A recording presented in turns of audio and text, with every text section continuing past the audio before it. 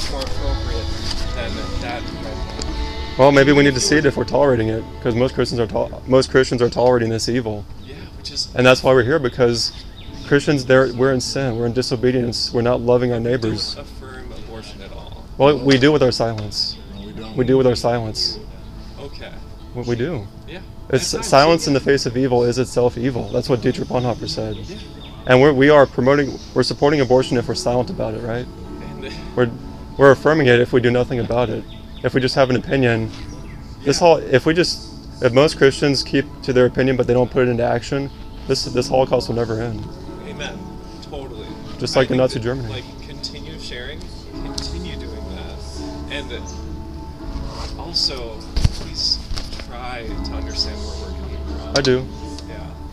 And it's I'm sure you had an awesome conversation with Ronaldo, and he probably gave you a bunch of information as to why we might be against this. I know why most Christians are against it, because they have no urgency. No urgency. The same urgency that we'd have if we saw a group of children down there being murdered. We know when and where it's going to happen, or it's going to happen right there in front of us. It was happening. So why are you insistent on being here? Because we go to churches, and churches that agree with an opinion. But I'm not saying about this one, because I don't know. But most churches that I've seen, they're not doing anything about this. Yeah. Virtually nothing. Okay. And that's sin. Yeah. We're just like the Christians in Nazi Germany. So you don't know what we do, but you're going to assume, because of what you don't know, that we're not directly trying to stop abortion. I mean, I don't know your efforts. I mean, I don't. There may be a few here that go to the abortion mill. You may give to organizations. You may go to the streets. I'm not preaching some don't judge, not whatever, because that's totally false. We both know that there's judgment coming, and that we need to be judging each other to make sure that we're on the small path and to point each other towards Christ in case one of us is stumbling. And I agree with you, but I honestly think even being in front of a CVS where there's condoms and birth control, yeah, I go there stuff too. like that. I think you guys would be much more needed there, or even near UWM campus. We've been to those places. That's awesome. We go to a lot of different places. And you probably have a lot more impact over there too, and more engaging conversations too. Have you had any conversations with anyone in our congregation besides Ronaldo, Bryant, and I? Not yet, because I've been talking mostly with you all. But at other churches, I do. And I've been to churches where people wake up. They're like, "Wow, you're right. We are living in a Holocaust. I need to do something about that." And our pastor doesn't do anything about it. He doesn't talk about it. But they see it. That wouldn't happen if we didn't go to churches. A few do wake up. That's awesome. Praise God. And they wouldn't wake. Let's see that. I used to go to churches just at my own churches, and I wasn't doing this, and it grieved me so terribly that it seemed like nobody in the congregation cared. And I would have loved to see Christians doing this. I'm like, this is a breath of fresh air. I wouldn't oppose them, say, please leave the sidewalk, you're offending me, children are going to see this. No, I just said, thank you so much for coming. Nobody here cares. I'm the only one here doing about this who care about this Holocaust. I would have probably joined them. And so, I mean, I don't understand why there's so much offense, even at the non-victim images. We should be much more offended that children are being murdered, and offended enough to take action to stop it. Amen. We need to be at the abortion mills. We need to be out at the public places where there's masses of people to educate them who think it's okay to murder children. And we're not doing that. The church isn't doing that, because I don't see them on the streets. I mean, you're here doing that, and there are yes, other churches doing that, and not many. Our church is doing so, and our thing is education through small groups. So we have a lot of really involved small groups that are doing work. So with people who are in the process of considering it, and we're trying to convince them not to, stuff like that. And our small groups are awesome at helping guide people towards better ways, such as adoption, stuff like that. Don't give up your baby, don't murder it. Well, that's good, but we need to go out to the abortion mills too, the place where they're actually being murdered. Please do that. We do. But they're closed, right? That's why you guys are here? Well, yeah, they're closed today. I mean, in Milwaukee, but tomorrow they're going to open up and start butchering children. And most Christians will not be there, the vast majority. And that's sin. And I mean, I'm not saying it's the only thing to do, but what I'm saying is when we know when and where people are being murdered, In any other case, we'd probably do something, but when it comes to abortion, we don't take action. It's because our hearts are hardened to the preborn.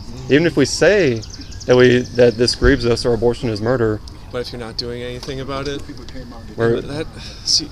I agree with you. Something needs to be done, but some of that, like, I'm reminded of in, I think it's Mark, of Jesus is talking about new wineskins and new wine and new wineskins. Not everyone is ready to perform new works that are beyond them. So it's like trying to like push people to do all this work, which is good and necessary, isn't always like the next step. And I'm gonna defer to Ronaldo on any decisions on whatever you guys are doing here and whatever he's saying is most representative of this church, because I just volunteer here, man. Okay. But I also wanted to have a conversation with you because I wanted to understand. And I do understand, and we're on the same page. And I don't agree with that we are on the same page, but maybe. Really? How so? Because, I don't know if you've expressed this, but we're not on the same page if you're saying, well, actually you have moved down the sidewalk. That's not being on the same page. That's saying that I'm offended that you're right here. That's not being on the same page. So we may be on the same page in some ways, but you're opposing us being right here. That's not being on the same. Well, you asked me to move down the sidewalk, right? I didn't ask you. I had mentioned that Ronaldo had asked you. Okay, I thought you were the one asking. Okay. No, sorry. Thank you for your gentleness and consideration. Yes, sir. And again, I'm not trying to cause any offense or disrespect to you all. I don't respect how the church has responded in 46 years to this Holocaust. I think it's embarrassing and it's a bad testimony to the world. I really do. The church in general. I'm unconvinced that you've heard me. Okay, I think I had the same, that I don't believe you've heard me either.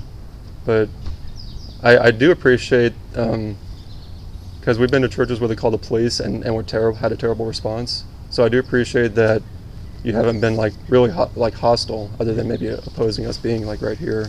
So I do appreciate that. Here's why I'm unconvinced, right? I think 46 years of this Holocaust is nothing short of demonic. You agreed? Yes, sir. From the pit of hell. I think the church's response to slavery in America, which goes back hundreds of years, is absolutely disgusting. Absolutely. And demonic. If I lived back then, I would have opposed it. I think the way that the church has dealt with race relations is absolutely disgusting. I think the way the church has dealt with immigration is horrifying. I think the way that the church has treated women in these United States is pretty gross. Okay? So I become a pastor to do that from the inside. But it takes time. A wise pastor, you may disagree, a wise pastor once said, young men have exactness and vision. And I think you have that. Older men, I'm old. You don't look that old. I'm 40. Okay. Have depth perception. They understand that some things take a little while, right? And I think that conversations need to be had with scripture opened, right?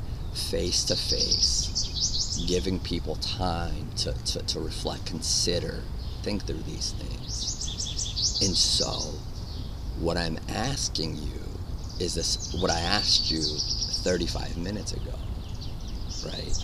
Is that you would say that's a shepherd who is responsible for this flock. Okay, you have a great message, brother. You really do, right? But you will not answer to God for these souls. I will. Hebrews 13 says that. So I'm simply asking that you would respect that role in my life, right? Am I going to do it perfectly? No. Can you come in and point to ways in my failures as a pastor? You can. Not as good as I can, because I can point out those failures today, the day before, the day before that, the day before that, the day before that. But I'm answerable to God for every soul, right? Where you're not, right? And don't hear that as an attack. Brother, I agree with your message. I really do, right? There's nothing you said.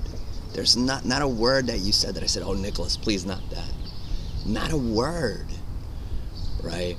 All I'm asking is that with my family, right? Just like my 4-year-old, just like my 6-year-old, right? There's a time that I want them to understand what rape means, but it's not at 6, right? There's a time that I want my children to see that very image and stare at that very image, but not at 4. So that's why I asked you to respect us by allowing our conversation to conduct it in the way that we chose to do it. That's was it mostly just that sign, or like the?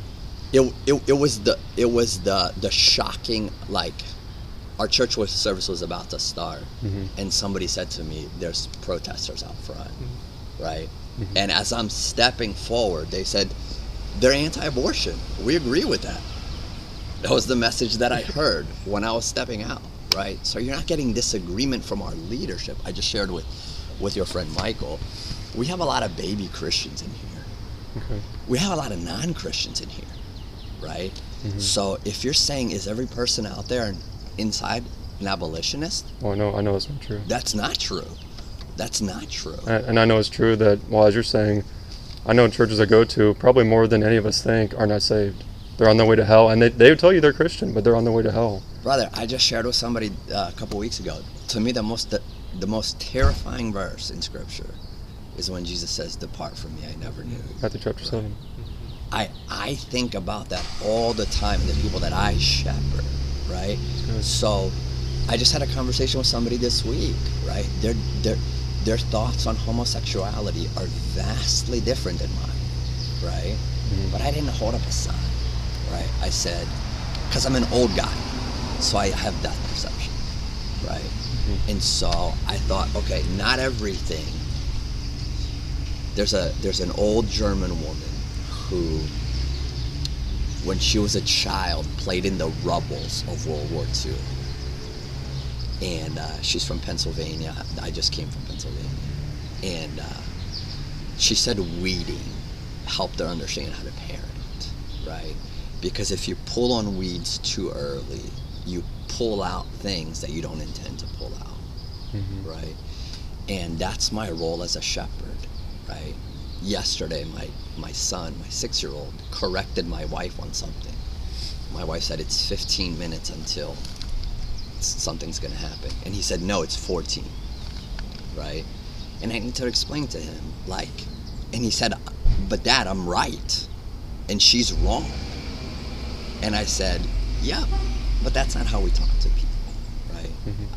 And so I'm not saying I'm a perfect communicator. I'm not saying that if I laid out to you my strategy that you would say, "You're the greatest in the world." Right? I'm not saying any of that, right? But this is a particular flock that I'm asked to oversee. And according to Hebrews, I'm answerable for their souls. And I'm just asking that you would allow us to navigate that well. Oh, we must be going. I will say in departing that maybe our being here today can help you explain to your congregation the urgency needed to end this. Dude. Because I want us being here to help you do that. Maybe like, wait a minute, there are abortion mills, we need to go out there and stop this. Then that can help you to communicate more effectively to, yeah, abortion is murder, we need to act like it. So I'm hoping that can be helpful to you all in shepherding your congregation. Thank you, for real. That's awesome, and I agree with that. I pray that we'll have a conversation around this with many people, because it needs to happen, like you said. Use it for God's glory. Yeah. Amen. Hey, you guys are awesome. Keep Raphael doing and what you're doing. Ronaldo and I was just telling Austin. people all the names Nicholas. I've been called. Nicholas, this I'll sir. keep on praying over your mission. I'll keep on praying for the end of this genocide. And did you get one of guys are these? awesome. No, thank you. Check out the website on there. Will do. Yeah.